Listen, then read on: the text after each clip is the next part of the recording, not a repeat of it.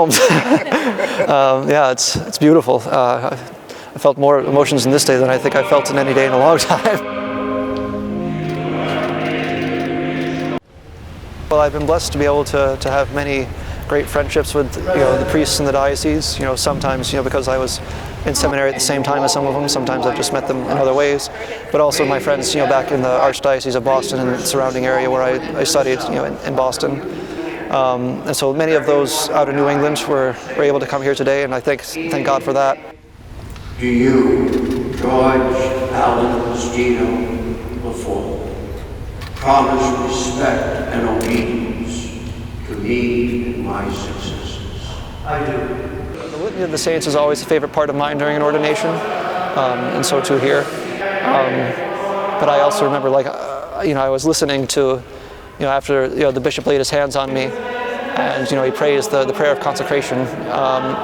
Later, I was listening for the moment in the prayer where I was like, I know that's the essential part. And once he said, I was like, I'm a priest. I was like, oh my gosh, I was just sort of trying to take it in. Yeah, I'd say that those were probably the two highlights for me.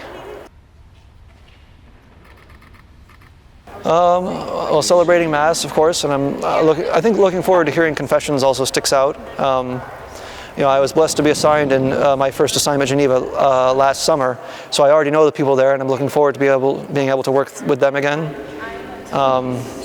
Yeah, I would say probably the biggest thing for me is celebrating the sacraments.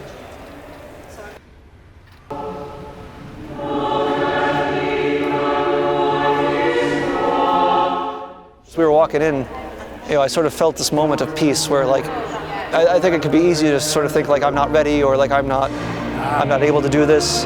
But I thought to myself, it was it doesn't depend on me. It's not entirely about what I bring to it. It's about what the Lord is doing through me. And I pray that I'll be open to what He wants to do in me and how He wants to work through me. But it's His ship, and I hope He'll use me well.